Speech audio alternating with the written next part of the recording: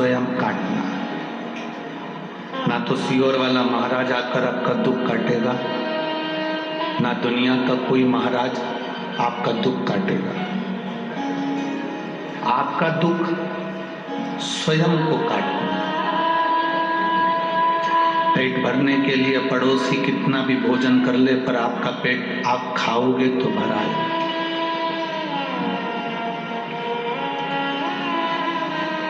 सिर दर्द होने पर पड़ोसी गोली खाएगा, उसका फायदा नहीं मिलेगा, गोली आपको खाना पड़ेगा। दुख आने पर सियोर वाला महाराज तुम्हारे पास नहीं होगा, तुम्हें खुद घर से निकलकर शंकर के मंदिर तक जाना पड़ेगा, तब दुख कटेगा।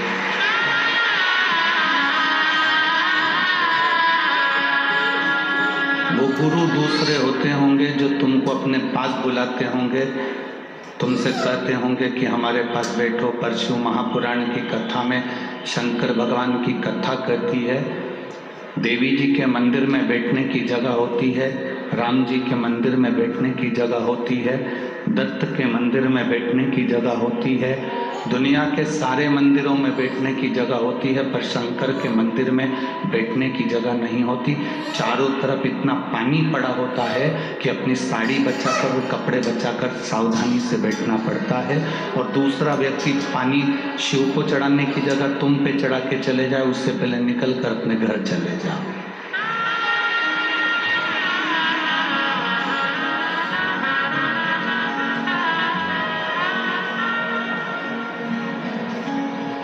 त्र्यंबकेश्वर गए थे कल, तो सुबह सुबह जल्दी जल्दी पहुंच गए। माताएं लोटा भर के जल चढ़ाने त्र्यंबक बाबा को जा रही होंगी। अब वो भीड़ भड़का किसी को बताया तो था नहीं, पर फिर भी इतनी भीड़ हो गई। वो पूरे पानी के लोटे, सुबह सुबह तो ठंड,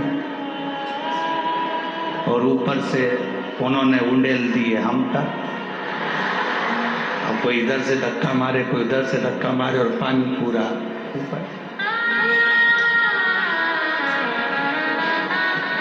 शिव का मंदिर एक ऐसा मंदिर होता है जहां बैठने की भी जगह नहीं होती, क्योंकि शंकर कहते हैं मेरे पास बैठकर तुम अपना समय बर्बाद मत करो। जैसे मैं तप साधना में लगा हूं, भगवान के भजन में लगा हूं, अपने घर जाकर तुम भी भगवान की भक्ति में लग जाओ, भजन में।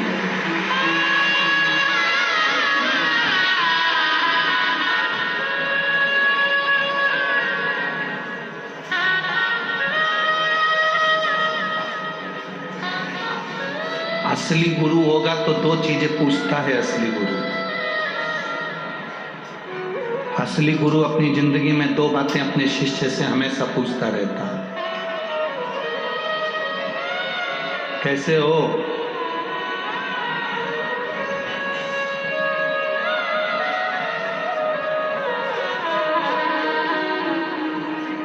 फिर वो कहेगा गुरु जी थोड़ा सा जीवन में कष्ट चल रहा है, तो गुरु फिर दूसरी बार कहेगा मंदिर जाना चालू करा? नहीं। दो चीजें गुरु जरूर कह देता है, एक तो कैसे हो, और दूसरा आपने मंदिर जाना प्रारंभ किया, मंदिर जा रहे हो, भगवान की शरणागति की ओर आगे बढ़े कि नहीं बढ़े।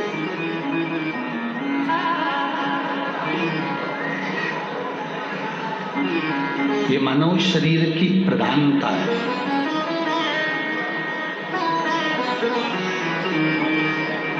आपको और हमको जो मनुष्य का शरीर मिला है, इसको हम व्यर्थ ना गंवाएं, कहीं इधर उधर जाकर समय बर्बाद ना किया जाए।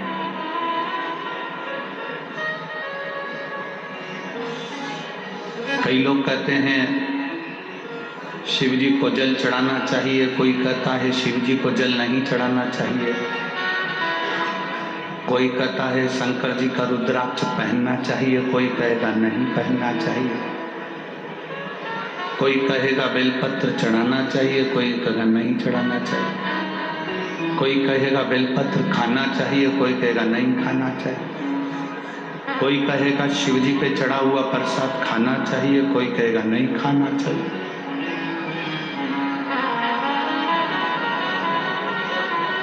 तुम किसकी सुनोगे? बहुत सारे संसार में लोग आते जाएंगे, तुमको नया नया ज्ञान देते जाएंगे, तुम भटकते जाओगे।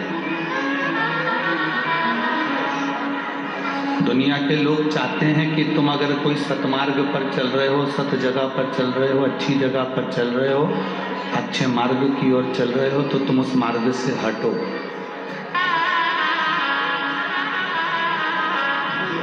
तुम्हारा मार्ग अगर प्रशस्त है, तुम्हारा मार्ग अगर ठीक है, तो उस पे से हटाने का प्रयास करेंगे।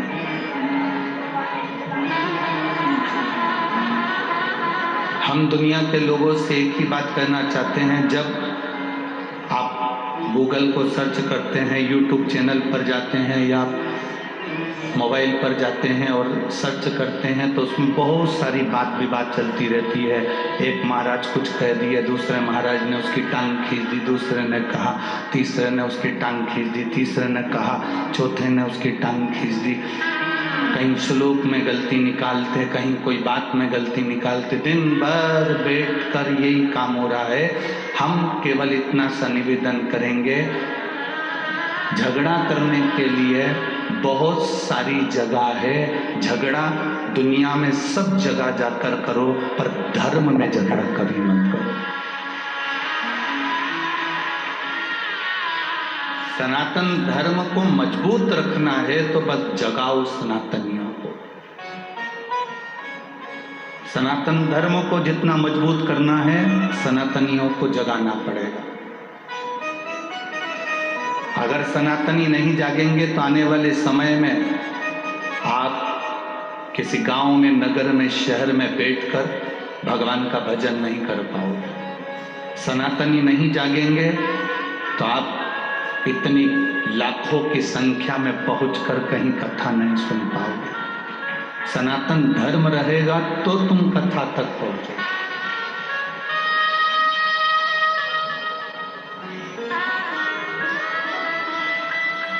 एक किसी ने मैसेज करा था, शायद वो मैसेज, वो नाम मेरे को स्मरण में, आशीष के पास में वो मैसेज होगा, उसमें उनके पास में उसमें नाम भी होगा, जिन्होंने मैसेज करा उसका नाम होगा। क्या नाम है बताना जरा। एक भाई ने आशीष को मैसेज किया, तो मैसेज में उसने अपना नाम उसने लिखा, मैं विजय मेनू संधान, Sirin meadows, Gangapur road, Nashik का रहने वाला हूँ। मेरा मोबाइल नंबर ही, कहीं बैठ खड़े हैं, आप ही हैं। धन्यवाद, आपने जो मैसेज किया है उसके लिए साधुवाद। इन्होंने पत्र में लिखा है, कॉपी के पेज पे पत्र लिखा, उसमें लिखा,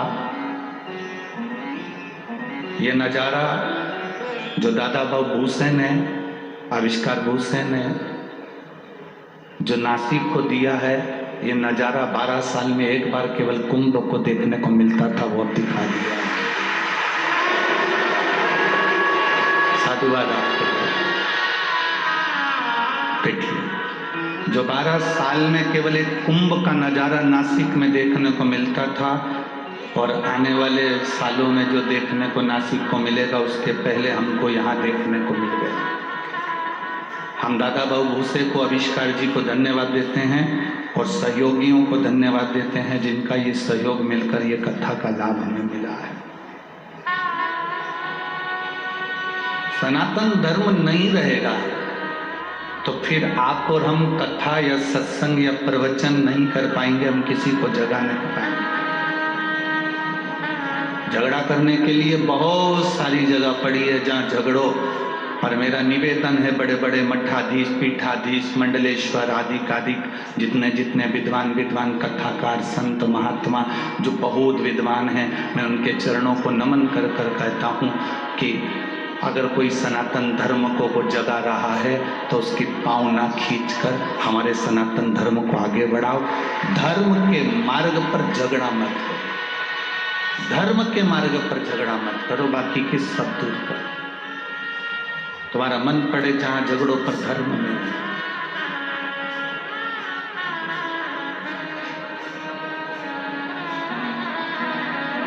शिव कथा कह रही है अपने समय का सदुपयोग करो।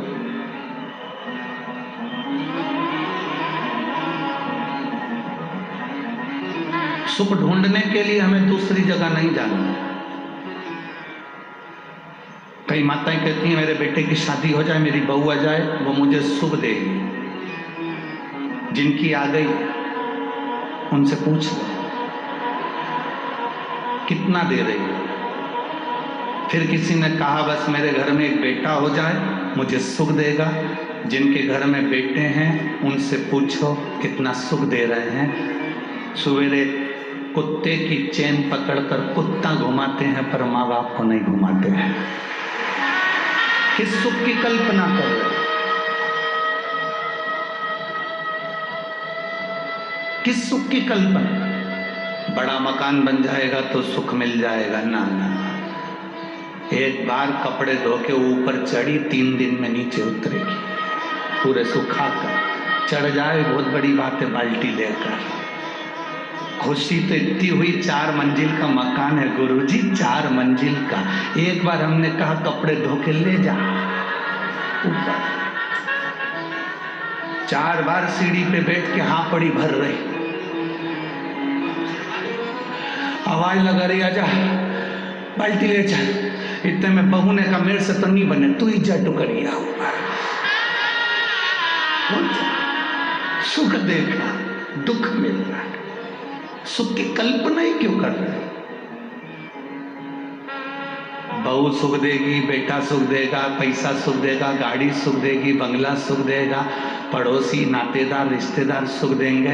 अरे सुख जब हमारा खुद का शरीर हमको नहीं दे रहा, कभी घुटना दुखे, कभी कोहनी दुखे, कभी हाथ दुखे, कभी कान दुखे, कभी छींक आ जाए, कभी खांसी चल जाए, कभी कमर दुख जाए, तो खुद का शरीर सुख नहीं दे रहा तो दूसरा क्या खाक सुख देगा?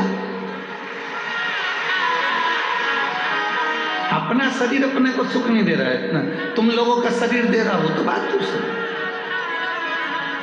खुद का शरीर सुख नहीं देता। 2-3 दिन अच्छा रहता है, कहीं आंख दुखने लगती है तो दवाई डालो, कान दुखे तो दवाई डालो, घुटना दुखे तो बाम लगाओ, आइडेक्स लगा लो, कोहनी दुख रही, हाथ दुख रहा, कभी सोते सोते गर्दन ले गई।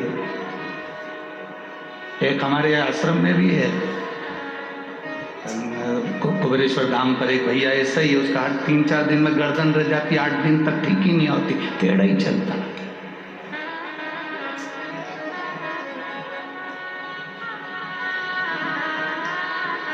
सुख ढूंढो। अब तुम सुख ढूंढने के लिए गए हो, जब सुख अपना शरीर नहीं दे रहा तो दूसरे से क्या आस लगाना है भाई? हम दूसरे से क्या आस लगाना?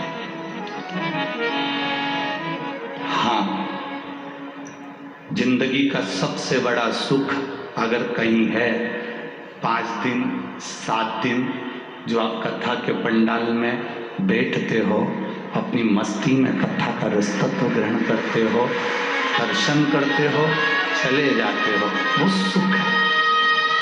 शिव मंदिर में जाकर 1 लोटा जल चढ़ा रहे हो, बाबा से अपने दिल की बात कह रहे हो, वो सुख है। सच्चे गुरु की शरणागति में बैठकर कुछ ज्ञान ले रहे हो, वो सुख है। गौ माता की सेवा कर रहे हो, वो सुख है।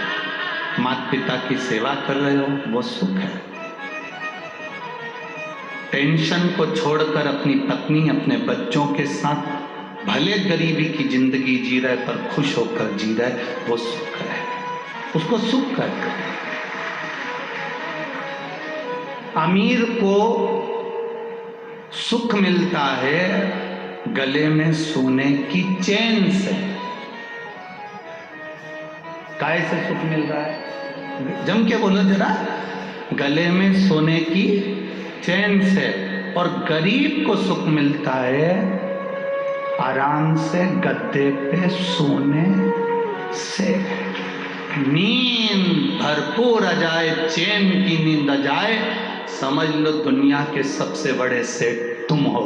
4 गोली खाकर सोना पड़ रहा है तो भिखारी से बदतर हो।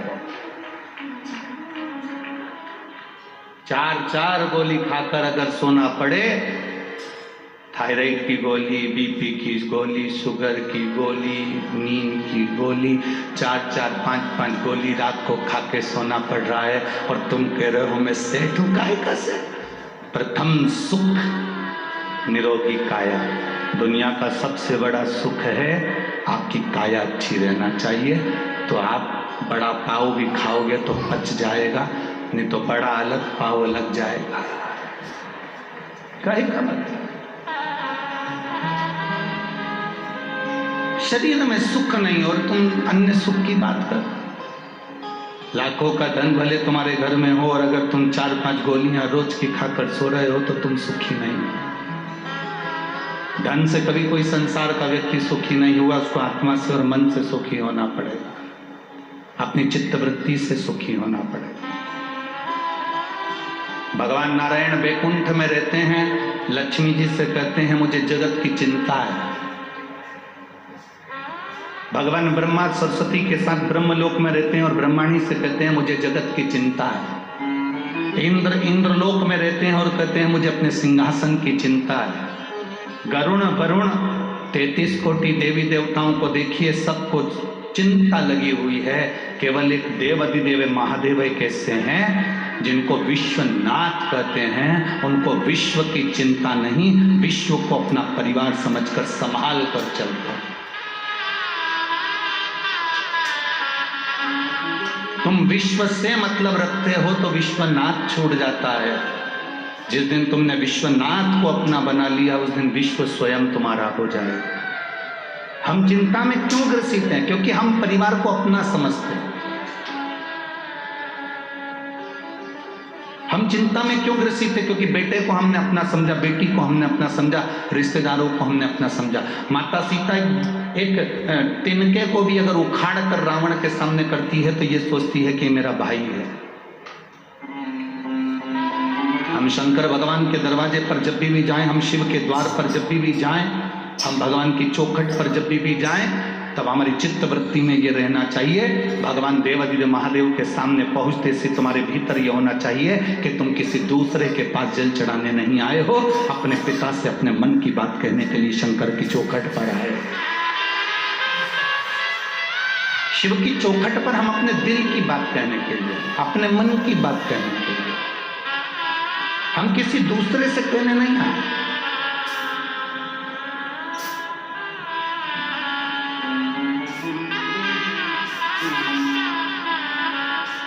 पेंट में कितनी जेब होती है? आप लोग पहनते हो ना, हमने भी पहना है बचपन में। कितनी जेब होती है? 2। पहले की शर्टों में कितनी जेब होती थी? जम के बोलो। 2। टी शर्ट में 2 जेब, पैंट में 2 जेब, चड्डा में 2 जेब। 2 जेब पैंट में है, शर्ट में है, टी शर्ट में है। 2 जेब क्यों देते हैं? 2 जेब इसलिए देते हैं कि एक जेब में तुम मोबाइल रख लो, एक जेब में तुम पैसा रख लो और दूसरी जेब में रुद्राक्ष या माला या भगवान का नाम रखकर चलना। एक जेब में तुम दुनिया की सामग्री रखो, मना नहीं है। एक जेब में तुम दुनिया की वस्तु रखो, मना नहीं है। पर दूसरी जेब में एक बेलपत्र या तुलसी की माला या रुद्राक्ष की माला या भगवान का नाम दूसरी जेब में, या गीता रामायण अपनी दूसरी जेब में शंकर की अनुमोदन, शंकर की भक्ति को रखकर चल।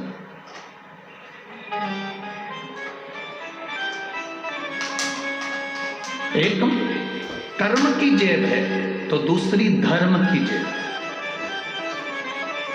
दोनों का बैलेंस बराबर बनाकर चलो। कर्म करो, परिवार संभालो, नाते रिश्तों के बीच में रहो, कुटुंब कबीले के बीच में रहो, सबके साथ रहो, पूरे परिवार को संभाल कर चलो, पर उसके साथ में धर्म को भी साथ लेकर चलो। बच्चों में संस्कार देते चलो, भगवान की भक्ति प्रदान करते चलो।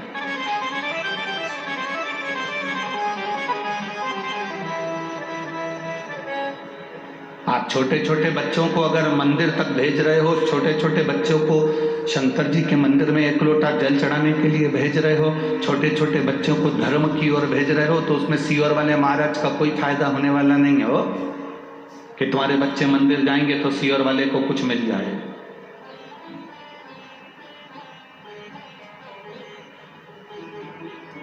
सीओर वाले महाराज ने तो एक बात कही कि अपने पड़ोस के मंदिर में जाओ। बोला कि नहीं बोला बार बार कि अपने पास के मंदिर में जाओ, अपने नजदीक के मंदिर में जाओ। अगर तुम कुछ चढ़ाओगे भी तो वो मंदिर को मिलेगा, उसमें सीओर वाले महाराज का लाभ नहीं। तुम्हारा बच्चा मंदिर तक जा रहा है तो उसमें सीओर वाले महाराज का लाभ नहीं है, सीओर वाले महाराज का फायदा नहीं है। तुम्हारे बच्चे अगर मंदिर तक जा रहे हैं, 1 लोटा जल चढ़ा रहे हैं, तो उसमें तुम अपने बच्चों को संस्कार दे रहे हो और उनको बलवान बना रहे हो कि कभी हम नहीं भी रहे तो तेरा पिता ये देवाधिदेव महादेव, तेरी माता या माता पार्वती तेरा साथ देने के लिए है। व्यवस्था करते हो कि नहीं करते हो अपनी अपनी? जब तुम्हारा जाने का समय होता है उससे पहले प्रॉपर्टी देते हो बच्चों को, बोलो देते हो कि नहीं देते हो? अरे बोलो तो जम के देते हो ना। सोना बच्चों को देते हो, प्रॉपर्टी बच्चों को देते हो, जमीन बच्चों को देते हो, जायदाद बच्चों को देते हो, जमीन घर बंगला सब बच्चों को देते हो। तो एक चीज बच्चों को और दो, उसको अच्छा संस्कार देने का प्रयास करो जिससे हमारा धर्म भी बचे और सनातन धर्म की टेक।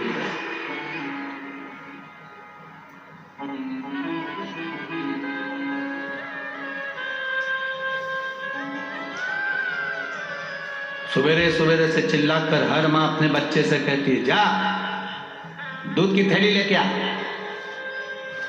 जा पानी भर के लेके आ, जा सब्जी लेके आ, जा तरकारी भाजी लेकर आ। ऐसे सवेरे उठकर चिल्लाकर तुम्हें कहना चाहिए, जा शंकर के मंदिर में 1 लोटा जल चढ़ा कर जाओ, शिव के दरवाजे तक जाओ, शंकर की चौखट तक जाओ, उसके द्वार तक जाओ। उसके दरवाजे तक अगर तुम चले गए, जल चढ़ाकर अगर आ गए, तो वो भी एक ना एक दिन तुम्हारे दरवाजे पर खड़ा मिलेगा। इसलिए तुम उसकी चौखट तक जाते रहो, उसके दरवाजे तक जाते रहो। खूब पढ़ाओ बच्चों, तुम्हारी कैपेसिटी जितनी है उससे दुगना बच्चों को पढ़ाओ। और बच्चों से भी कहेंगे तुम्हारी कैपेसिटी से ज्यादा तुम विद्या का अध्ययन करो, अपनी मेहनत करो, अपना कर्म करो, और कर्म के साथ में धर्म को भी साथ लेकर चलो।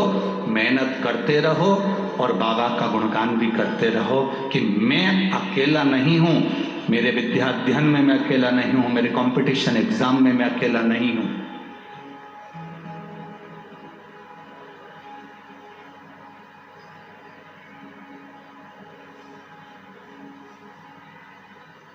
अभी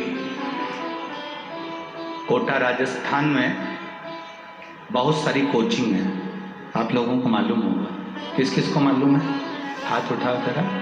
ठीक, कोटा राजस्थान में बहुत सारी कोचिंग है, बहुत सारी कोचिंग क्लासेस हैं। बच्चे वहां कोचिंग करने के लिए जाते हैं,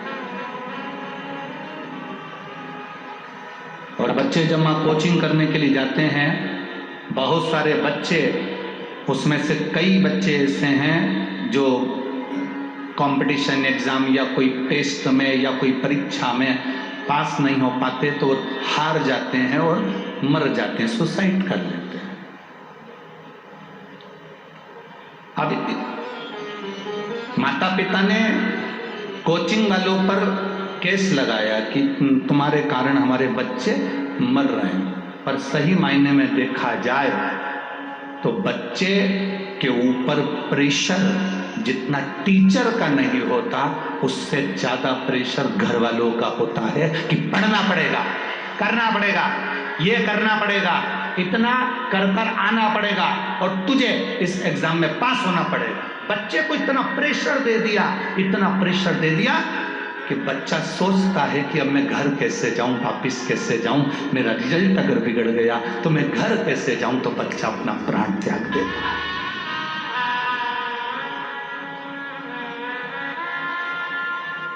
अपने बच्चे को इतना प्रेशर मत दो, इतना प्रेशर, अपने बच्चों को इतना प्रेशर मत दीजिए कि बच्चा अपना शरीर ही त्याग दे। उससे कहो चिंता करने की जरूरत नहीं है, भरचक मेहनत कर, पूरा कर्म कर और महादेव को अपने हृदय में बिठा कर रख। एक जेब में जैसे पैसा और मोबाइल रहता है तो दूसरी जेब में महादेव को लेकर चल।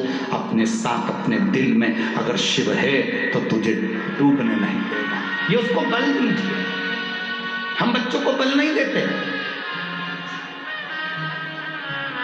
कई माताएं कह देती है हमारे बच्चे भी छोटे हैं गुरुजी, कोई मंदिर जाएंगे, जल चढ़ाएंगे, छोटे बच्चे हैं ये कोई मंदिर जाएंगे। हम कहते हैं बांस बांबू जितना गीला होता है उसको नवाओगे तो डलिया बन जाएगी।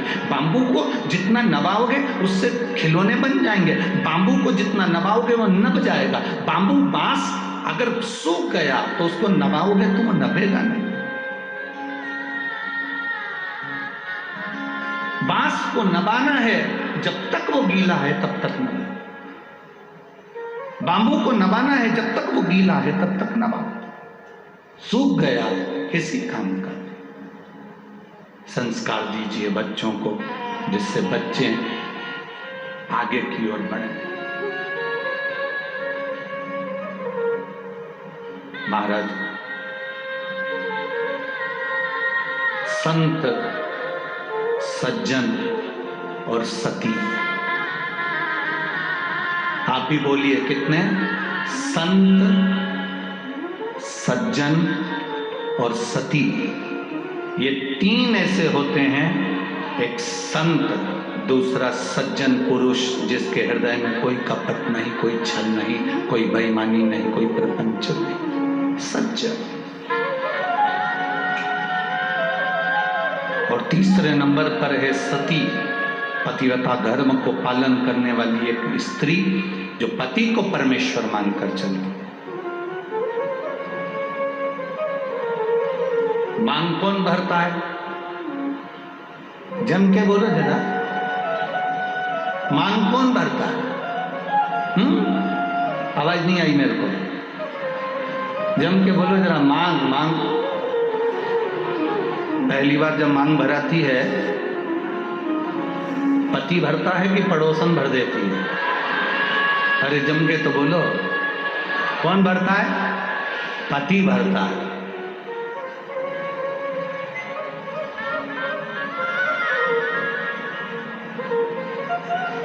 तुम्हारी मांग भरता कौन है? पति। पहली बार मांग किसने भरी? पति ने। क्यों भरी? वो वहां पर बैठे हुए पंडित जी जो तुम्हारी शादी करा रहे थे, ब्याह करा रहे थे, उनसे पूछना था कि ये मांग में सिंदूर पति भर रहा है, इसका मतलब क्या होता है? इसका क्या मतलब है मांग भरने का?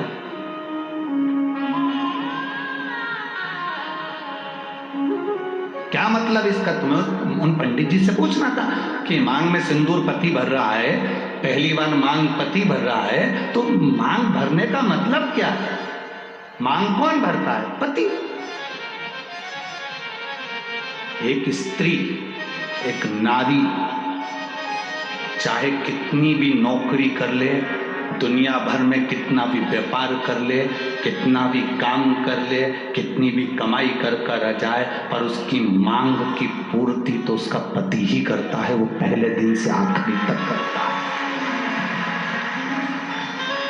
मांग भरना मतलब मांग की पूर्ति करना। तुझे दूसरे के आगे हाथ फैलाने की जरूरत नहीं है, तुझे दूसरी जगह पर जाने की जरूरत नहीं है।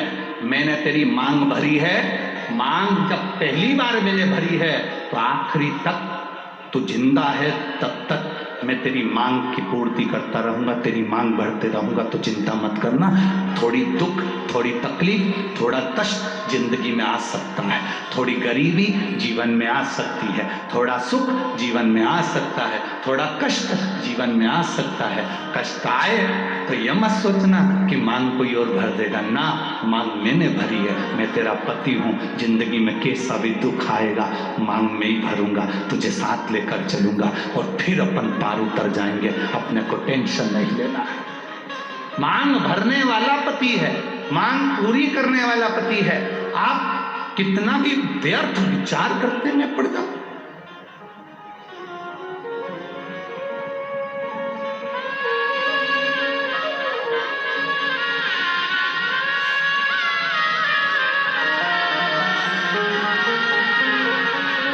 पूर्ति करना।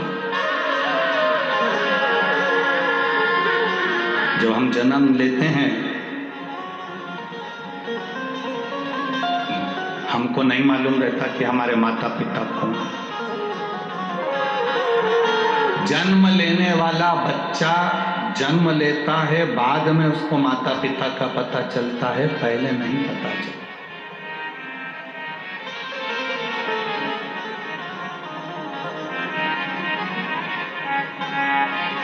जन्म के समय पर तुम्हारे घर में गुलाब जामुन रखी है, पर जन्म लिया बच्चा गुलाब जामुन नहीं खाता। नासिक के बच्चे खाते हो, तो बात वो बात दूसरी। जन्म लिया बच्चा, तुम्हारे घर में बेसन कितना रखा है, गुलाब जामुन कितनी रखी है, मैदा कितना रखा है, रवा कितना रखा है, शक्कर कितनी रखी, गुड़ कितना रखा, घी कितना रखा। जन्म लिया बच्चा कुछ नहीं खाता, केवल जन्म लिया बच्चे के लिए जन्म के बाद सबसे जरूरी अगर कुछ होता है तो वो माँ का दूध होता है, माता का दूध। तुम्हारे यहाँ जन्म लिए बच्चे लड्डू पेड़ा खाएं तो बात। जन्म लिए बच्चे के लिए जन्म के बाद बच्चा जब जन्म ले लेता है, घर में ढेर सारा सामान पड़ा होता है, पर बच्चे के लिए वो कीमती से कीमती सामान भी ठोकर है, उसके लिए कुछ मतलब नहीं। उसके लिए माँ का दूध कीमती है। जैसे जन्म लिए बच्चे के लिए दुनिया की सारी सामग्री रखी है, पर केवल माता का दूध उसके लिए आहार है। उसी तरह मरने वाले व्यक्ति के प्राण छूट रहे हों और उसके रिश्तेदार उसको आके हीरे की अंगूठी पहनाए, जीजा जी तुम चिंता मत करो, लो हीरे की अंगूठी पहनो, जीजा जी वेंटिलेटर पर पड़ा हुआ ऑक्सीजन खींच रहा, और ये उसको गुलाब जामुन, रसगुल्ला, इमरती, भजिया, पकोड़ा खिलाएं तो वो खाएगा। जन्म लिए बच्चे को माँ का दूध जरूरी है, और मरने वाले व्यक्ति के लिए शिव का नाम जरूरी है। उसको तुम्हारे धन दौलत, गुलाब जामुन, पेड़ा, जलेबी, इमरती से कोई मतलब।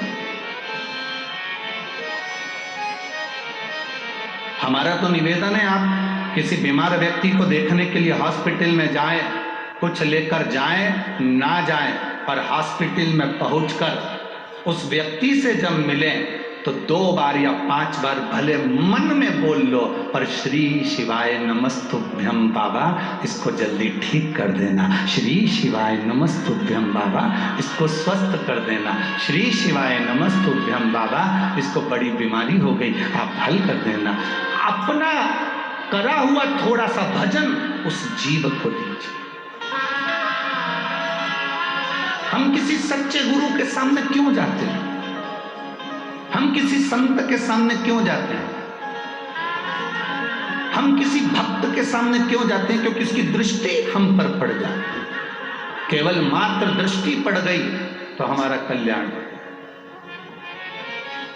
अरे बाबा तेरे चरणों के होना हमें दास है,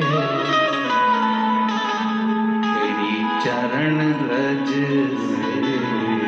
बुझानी हमें प्यास है। हम क्यों जाते हैं? उसकी दर्शन हो जाए, नेत्र मिल जाए, उसकी कृपा हो जाए, मात्र दृष्टि पड़ी, सुख हो गया।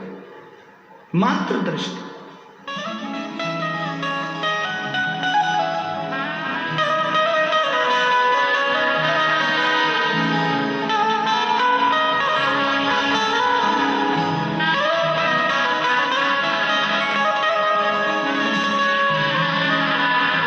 केवल दृष्टि मात्र से सुख का वाहन हो जाता है।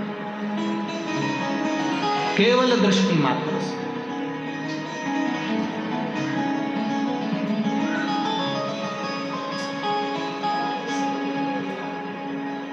झूठे नाते झूठे हैं रिश्ते, संग यहाँ से बाबा कोई न जाने। तेरा नाम केवल एक सहारा, तेरा नाम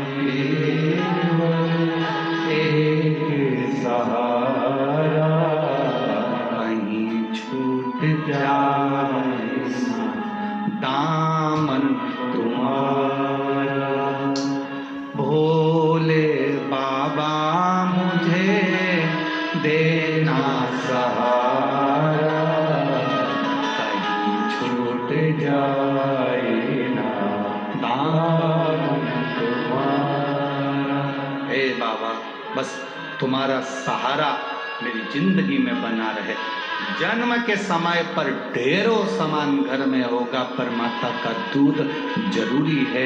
मरते समय लाखों की प्रॉपर्टी तुम्हारी होगी, घर में गाड़ी बंगला होगा, पर मरते समय भगवान का नाम जरूरी है। बस यही हमारी जिंदगी है। बस ये जन्म के समय पर माता का दूध जरूरी है और मरने पर भगवान का नाम तो। करोड़ों की कीमत वाला ये शरीर परमात्मा ने दिया है आपको और हमको। सुंदरता पर मत जाना किसी की। सारे राक्षस भगवान नारायण मोहिनी स्वरूप धारण कर कर आ गए थे, उनकी सुंदरता के पीछे आसक्त हो गए। सावधान इंडिया, सुंदरता के पीछे मत जाना।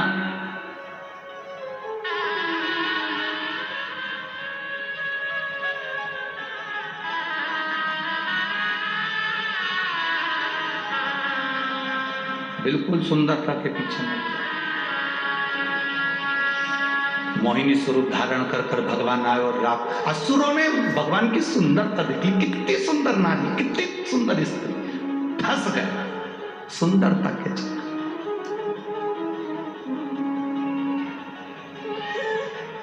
सुंदरता के चक्कर में फंस गए।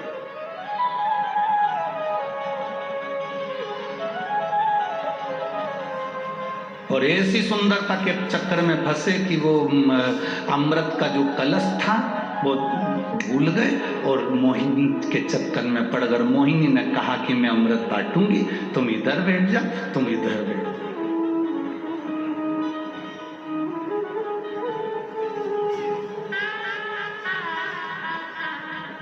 वैसे तो तुम सब समझदार हो।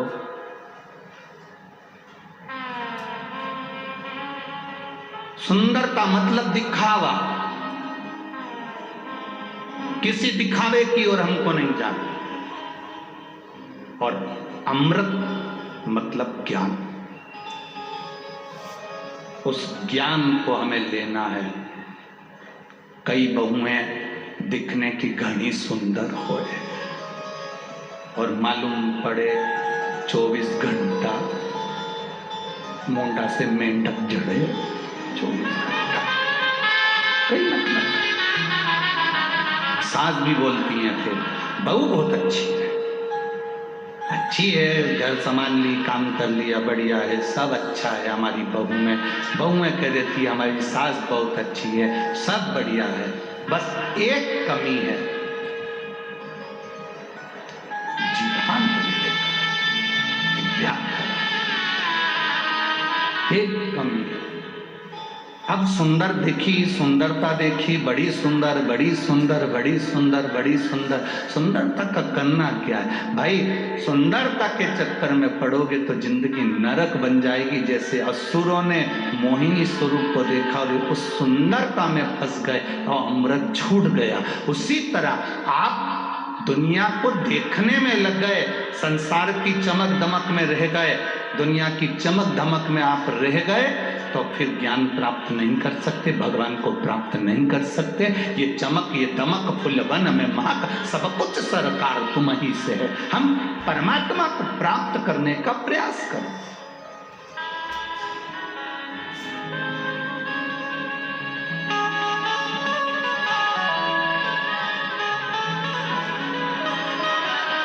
हम उस ईश्वर को प्राप्त करने का प्रयास करें। तारकासुर असुर था, राक्षस था। तारकासुर का अंत षडानंद कार्तिकेय के द्वारा होना था। असुर है, राक्षस है। वर मांगा था उसने, अगर मरूंगा पहले तो मुझे अमर कर दो। तो ब्रह्मा जी ने कहा अमर तो नहीं हो सकते, तो फिर वर दीजिए। क्या वर? मरूं तो शंकर भगवान के पुत्र के द्वारा मरूं। अच्छा, एक एक राक्षस को देख लो तुम, इनकी डिमांड बड़ी सुंदर थी। जितने जितने राक्षस थे इनकी डिमांड बड़ी सुंदर थी। अपन यहीं से उठाओ ना, पंचवटी से। रावण की बहन आई थी, आते से राम जी से कह रही थी तुम सम पुरुष नमो सम नारी। तुम्हारे जैसा पुरुष नहीं हो सकता, मेरे जैसी नारी नहीं हो सकती। लक्ष्मण जी मुंडी घुमा के देखे, ऐसी कौन सी हीरोइन आई है, ऐसी कौन है? तुम सम पुरुष नमो सम नारी। लक्ष्मण जी ने देखा,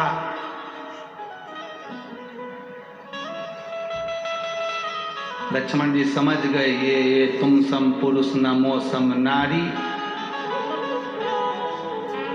और रावण के पूरे कुल पे चला देगी यारी। ये कोई साधारण नारी? अभी रुक जाए। आते से त्रास, एक एक असुर को देखो, एक एक राक्षस को, उसने डिमांड कितनी सुंदर करी। डिमांड देखिए, उसने सूपनखा ने आते से कहा तुम सम पुरुष नमो सम नारी। तुम्हारे जैसा पुरुष नहीं होगा, मेरे जैसी नारी नहीं होगी। क्या चाहती हो? बस मैं तुम्हें अपना बनाना चाहती हूँ। दुनिया की पहली राक्षसी थी जो परमात्मा से सीधे जाकर कहती है तुम मेरे हो जाओ और मैं तुम्हारी हो जाऊं। दुनिया की पहली राक्षसी थी जो भगवान के सामने जाकर कहती है कि तुम मेरे हो जाओ और मैं तुम्हारी हो जाऊं। मैं तुम्हारी पत्नी बनना चाहती हूं, तुम मेरे पति बन जाओ। भगवान से कह रही है, किसी दूसरे से नहीं कह रही है। आज की होती तो ना जाने किससे किया थी, जो जरा सा गाड़ी में पेट्रोल डलवा दे, जिनके पास खुद की गाड़ी नहीं है, सुधरने के लिए आई है, सुधरने के लिए गाड़ी आई और मालूम पड़े बस 50 रुपए का पेट्रोल डलवा लिया, बुड़ बुड़ करके 25 रुपए की चाउमीन खिला दी। इसको इतना पसंद आ गया, गाड़ी सुधारने वाला। हम किसी को कहेंगे नहीं, बस तुम समझ जाओ, इशारा काफी है। और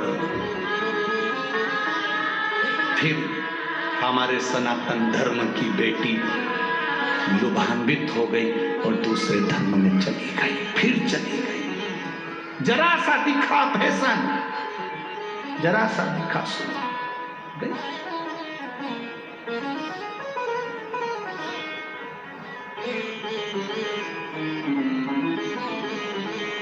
फिर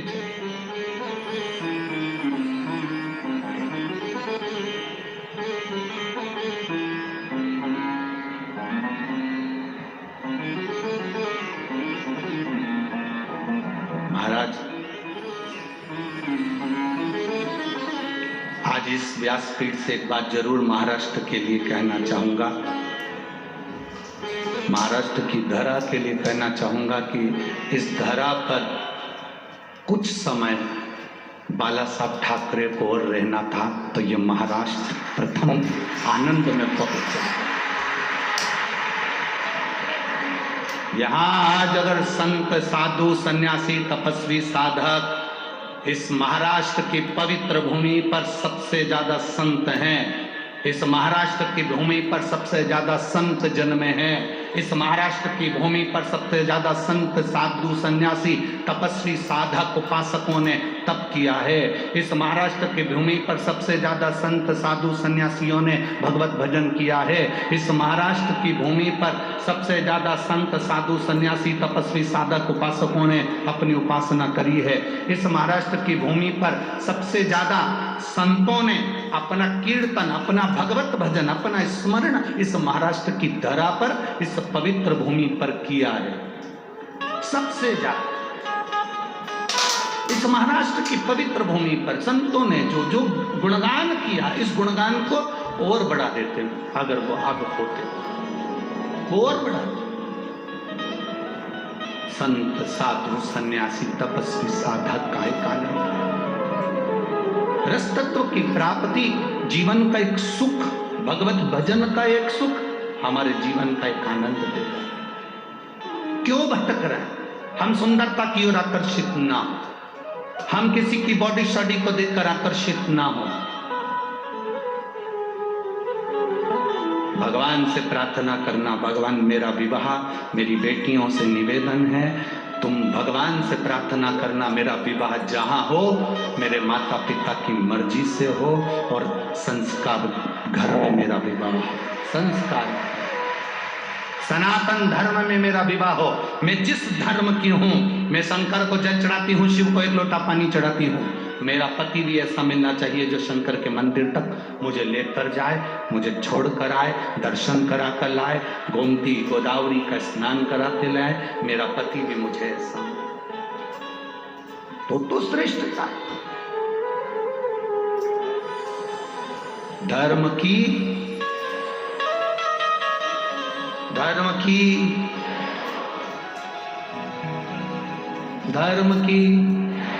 अधर्म का, प्राणियों में, विश्व का, ठीक है। जो हमारे सनातन धर्म का हो, हम उस धर्म से उसको नीचा है। सुंदरता पर मत जाना, मोहिनी स्वरूप की सुंदरता। राक्षस फंस गए, असुर फंस गए। कितनी सुंदर बात उस शूर्पणखा ने राम जी से कही कि तुम सम पुरुष नमो सम नारी, में राम जी को अपना बनाना चाहती हूँ। किसी दूसरे को वो अपना बनाने नहीं गई, बनाने गई तो राम को अपना बनाने गई।